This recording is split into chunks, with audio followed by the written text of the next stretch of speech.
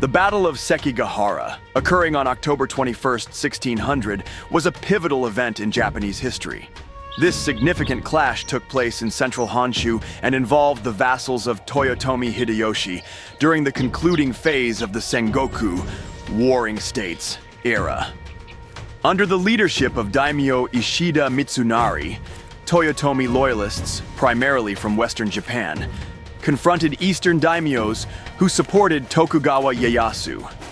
The loyalists aimed to safeguard the Toyotomi heritage and prevent Ieyasu's ascent. Ieyasu's triumph in this battle paved the way for the establishment of the Tokugawa Shogunate, which governed Japan until 1868.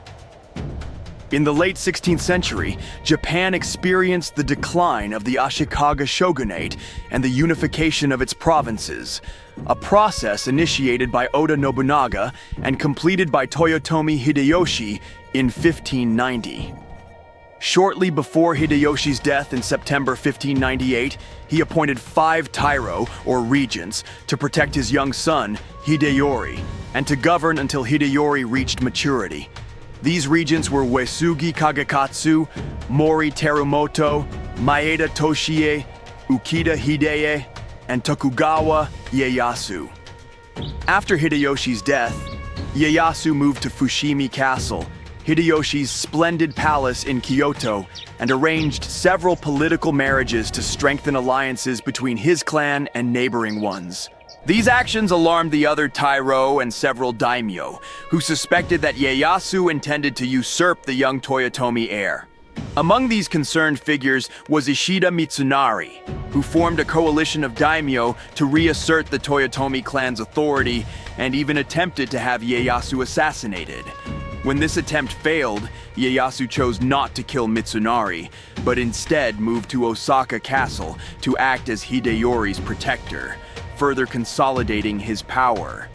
On August 22, 1600, Mitsunari and his coalition officially condemned Ieyasu for his actions and other offenses, prompting Ieyasu to declare war in response. Ieyasu and Mitsunari's alliances were mainly divided along geographical lines.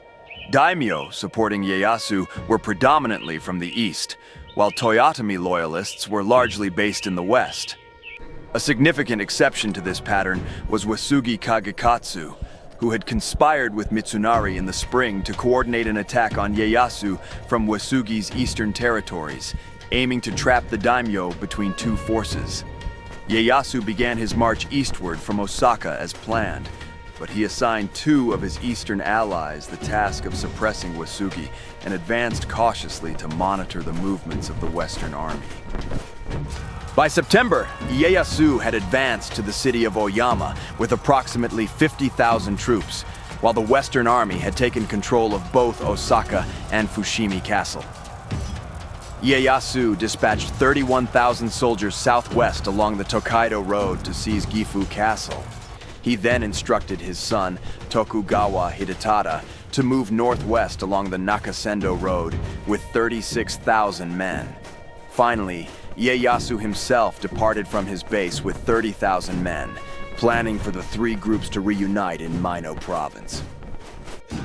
In October, the Western armies attempted to besiege a few eastern strongholds, but could not advance beyond Gifu, which had been captured by the Tokaido army. On October 19th, Ieyasu entered Gifu at the head of a partially combined eastern army.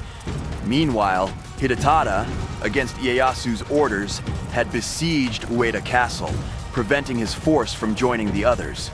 Mitsunari was positioned nearby at Ogaki Castle with his troops. Concerned about a direct assault, some of Mitsunari's men attempted to raid Ieyasu's camp on October 20th, but neither side caused significant damage. That night, the main body of the Western Army withdrew from Ogaki and took up strategically advantageous positions at Sekigahara.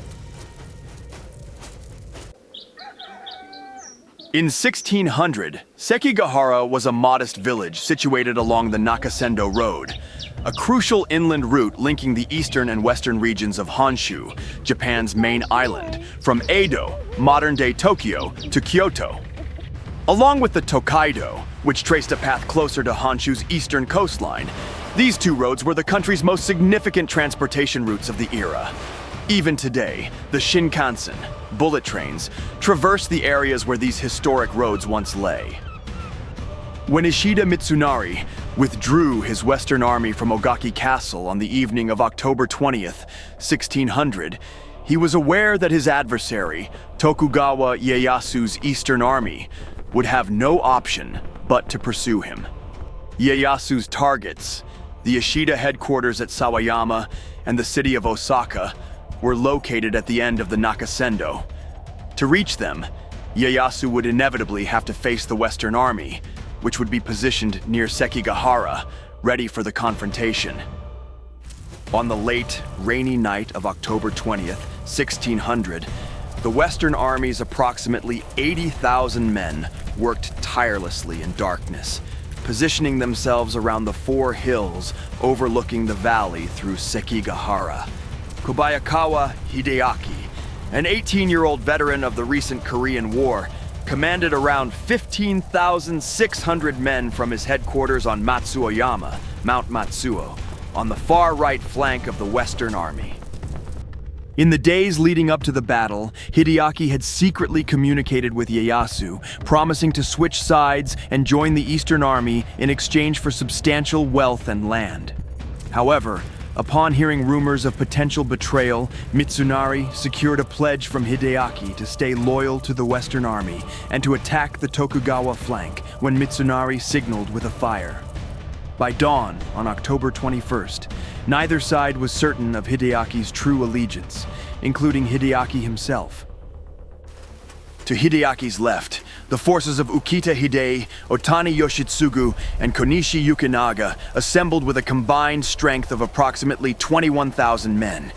Mitsunari himself, positioned at the far left flank on the slopes of Sasaoyama, Mount Sasao, commanded 6,000 troops directly under his control, directly facing Hideaki's position. A few miles to the east, about 28,000 soldiers from the Mori clan awaited on Nanguyama, Mount Nangu, seemingly prepared to flank the advancing Tokugawa forces. However, similar to Hideaki, the allegiance of Mori generals like Kikawa Hiroi to Mitsunari's cause remained uncertain. By 4:30 a.m., the Western Army had effectively formed a barrier that blocked Ieyasu from advancing further along the Nakasendo. With both armies numbering roughly 80,000 men each, Mitsunari appeared to have the advantage in terms of terrain. However, battles of this nature involve more than just numbers and terrain. Meanwhile, Ieyasu initiated pursuit of Mitsunari around 2 a.m. on October 21st, establishing his command post on a small hill known as Momokubari, adjacent to Nanguyama. His generals deployed a line across the Nakasendo, positioned parallel to the Western forces confronting them. Ieyasu personally led around 30,000 troops, while an additional 13,500 soldiers positioned themselves on the road behind him, prepared in case the Mori forces of the Western Army, whom Ieyasu had ostensibly persuaded to switch sides, decided otherwise.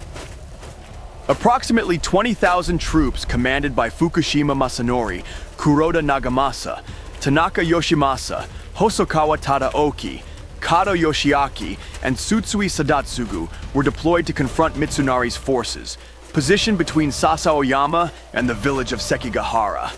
Behind them, another 18,000 soldiers were stationed closer to the town, preparing for the unfolding battle. The Battle of Sekigahara commenced around 7:30 a.m. on October 21st, 1600. Following a night of heavy rain, the morning dawned misty, limiting visibility to about 100 feet for the more than 150,000 soldiers assembled. Once the fog lifted, it was the Eastern Army that made the first move.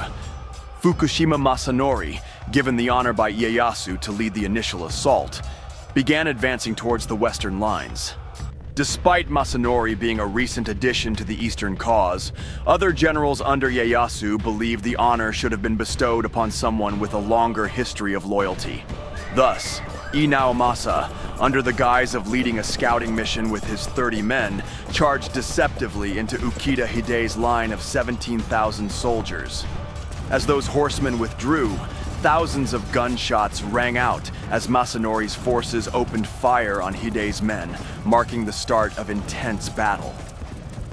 With little time for either side to strategize extensively, the initial hours of the battle unfolded as a chaotic but organized melee, described by historian Chris Glenn as an orderly free-for-all. The Eastern forces aggressively engaged the Ukita lines and the troops positioned on Sasoyama, leading to intense exchanges of gunfire and brutal hand-to-hand combat. By 10 a.m., according to one historical account, the smoke from the guns had obscured the sunlight, and the relentless discharge of matchlocks echoed louder than thunder across the battlefield. One vivid example of the brutality in close-quarters combat during this period occurred early in the battle between the Ukita and Fukushima forces. Kanisaizo, an officer under Masanori, engaged in a fierce duel with Akashi Takanori. Saizo relentlessly wielded his naginata, a Japanese polearm, slashing and stabbing while Takanori attempted to defend himself. Eventually, Saizo knocked Takanori to the ground and beheaded his wounded opponent. During this era, it was customary for warriors to take the heads of their fallen enemies as trophies. At the conclusion of a battle, these heads would be collected and presented to the army's leader, with greater honor accorded to those who claimed the heads of higher-ranking adversaries. By the end of the battle at Sekigahara, Saizo alone had collected 17 enemy heads, earning significant recognition for his valor. 90 minutes into the battle, Shima Sakon, who had cautioned Mitsunari against launching a night attack near Ogaki Castle, suffered an early casualty for the Western forces, signaling an ominous turn for the battle's progression. Struck by gunfire from Eastern matchlocks, Sakon sustained wounds to his chest and elbow, causing him to fall from his horse. His soldiers swiftly evacuated the injured general from the battlefield, but his injury dealt a significant blow to Western morale. In response, Ieyasu relocated his command post closer to the village outskirts in an effort to bolster his side's resolve. Throughout this period, the Western forces situated to the east around Nanguyama, numbering approximately 25,000 men, remained inactive. Meanwhile, Eastern commander Asano Yukinaga initiated attacks against their ally on the slopes, Natsuka Masae. However, none of these Western troops were willing to engage unless Kikawa Hiroi, positioned at the forefront, made the first move. As time passed, Hiroi's impatient allies sent him repeated messages questioning whether he intended to join the fight. On 3 separate occasions during the battle, Hiroi responded that he was not yet prepared to act. His troops were in the midst of having lunch. Another crucial figure who remained notably inactive during the initial phases of the battle was Kobayakawa Hideaki, stationed on Matsuoyama. Despite Mitsunari's signaling flares and messages from Otani Yoshitsugu and Konishi Yukinaga urging action, Hideaki's forces showed no signs of movement. Having pledged allegiance to both the Tokugawa and Toyotomi loyalists, and receiving promises of rewards from both sides, the young Hideaki appeared indecisive about which faction to support. On the western left flank, near Mitsunari's position, Shimazu Yoshihiro and his 2,000 soldiers remained motionless, despite numerous orders from their nominal commander to engage in battle. Around 11 a.m., Mitsunari himself rode out to confront Yoshihiro and demand an explanation. Yoshihiro bluntly stated, "There have been too many unpleasant dealings between us. I won't fight for the likes of you." By noon, as the eastern forces continued their westward advance from the village, Ieyasu realized he was effectively trapped in the valley. Similar to Mitsunari, Ieyasu grew increasingly concerned about Hideaki's lack of action. With the potential threat of Kobayakawa on Matsuoyama attacking his flank, or the Mori on Nanguyama striking his rear, options were severely limited. Growing impatient with Hideaki's indecision and seeking a decisive action, Ieyasu ordered a group of matchlock men to advance and open fire on Hideaki's forces positioned on Matsuoyama. In a decisive moment, Kobayakawa Hideaki finally made his choice, commanding his troops to descend from Matsuoyama and assault Otani Yoshitsugu. Despite Yoshitsugu, who suffered from leprosy, anticipating Hideaki's betrayal and adjusting his defenses to protect his flank, Hideaki's force of 15,000 men vastly outnumbered Yoshitsugu's 600, even without the eastern forces engaging them from the front. Realizing the battle was lost, Yoshitsugu performed seppuku, ritual suicide, and instructed one of his followers to conceal his head to prevent it from becoming a trophy for the eastern forces. His efforts were apparently successful, as his head was never recovered. As the pressure mounted from attacks on two fronts, the western lines began to falter. By around 1 p.m., Ukita Hideye and Konishi Yukinaga abandoned the battlefield, realizing defeat was inevitable. As a Christian, Yukinaga could not take his own life and surrendered to Ieyasu shortly after the battle. Mitsunari himself fled around 1:30 p.m. Shimazu Yoshihiro and his nephew Toyohisa opted to retreat through the advancing Eastern Army. During their withdrawal, several samurai stayed behind to delay their pursuers. In the chaos, one of these defenders managed to wound Ii Naomasa in the arm, knocking him from his horse. Despite their significant numbers and advantageous position in Ieyasu's rear, the 28,000 Western forces stationed on Nanguyama had remained inactive throughout the battle. It became apparent that Kikawa Hiroi had betrayed Mitsunari's cause from the start, having pledged to Ieyasu that he would not engage the Eastern Army. His actions were aimed at securing a better future for the Mori clan under the new Tokugawa-led regime in Japan. Recognizing the inevitable outcome of the battle, the Mori forces also withdrew from the battlefield. At 2:30 p.m., Tokugawa Ieyasu presided over the head viewing ceremony, marking his victory. The battlefield bore witness to around 30,000 casualties, surpassing the toll of deaths at the Battle of Gettysburg by more than 4 times. With this triumph, Ieyasu effectively quashed the most formidable challenge to his authority. In subsequent years, he would be appointed shogun by the emperor and would decisively eliminate the remaining Toyotomi loyalists, culminating in the siege of Osaka in 1615, where even Hideyori himself met his end. The Battle of Sekigahara effectively signaled the conclusion of the turbulent Sengoku period and ushered in the Edo period, named for the new de facto capital in what would become Tokyo. This era spanned 260 years characterized by isolationism, substantial economic and cultural advancement, and, most significantly, enduring peace and stability in stark contrast to the preceding century and a half of conflict. The Tokugawa Shogunate, established following Sekigahara, would endure until the Meiji Restoration of 1868, which restored political authority to the imperial court in Japan. Looking out over the grim aftermath of the battle, his victory finally secured, Ieyasu remained ever vigilant, tightening the cords of his helmet with a stern expression. "Kate kabuto no wo shimyo," he uttered, a phrase that would later become a Japanese proverb. It translates to, "tighten the strings of your helmet after victory," emphasizing the necessity of remaining prepared for the unexpected, even in moments of triumph. Soon after his defeat at Sekigahara, and while awaiting execution, Ishida Mitsunari expressed a similar sentiment. When offered persimmons as a gesture of courtesy before his death, Mitsunari declined, citing concerns about digestion. Konishi Yukinaga, who was also facing execution, found Mitsunari's refusal surprising and questioned why he was worried about such matters when he was about to die. Mitsunari calmly responded, "You never know what will happen." This anecdote reflects Mitsunari's acceptance of uncertainty, even in the face of imminent death. The Battle of Sekigahara marked the final major conflict between the Western and Eastern armies. With Mitsunari's coalition shattered, Tokugawa Ieyasu swiftly seized Sawayama and Osaka castles within days. Mitsunari met his end with beheading in Kyoto less than a month later.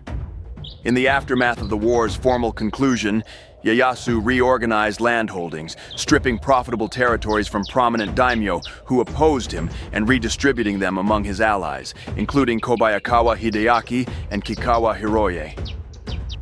To consolidate his power, Ieyasu placed Toyotomi Hideyori under his control at Osaka Castle, aiming to garner favor from the Toyotomi vassals of the defeated coalition.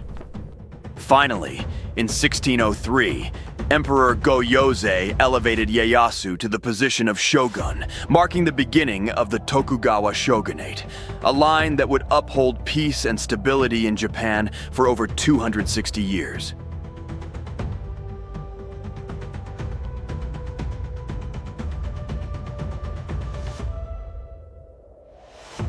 And so we reach the end of the epic story of the Battle of Sekigahara. This decisive conflict in 1600 not only marked the victory of Tokugawa Ieyasu, but also profoundly reshaped Japan's political and social landscape.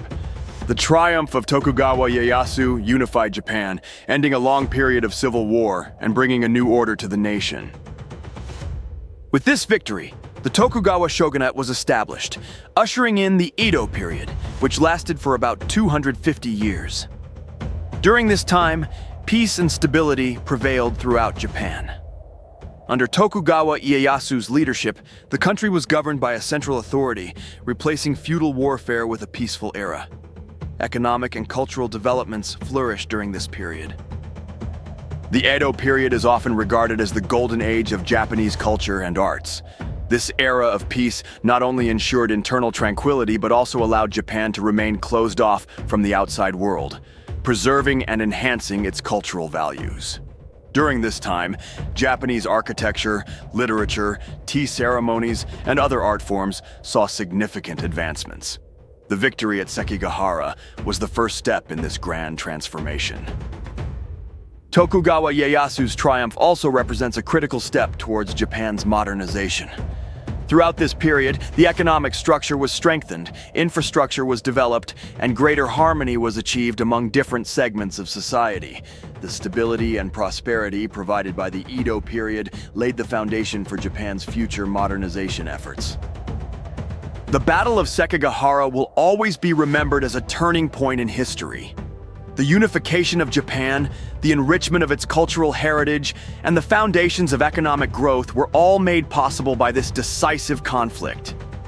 If you enjoyed this video, please remember to hit the like button, share your thoughts and comments with us, and subscribe to our channel to stay updated on future content. Thank you for watching, and see you in our next video.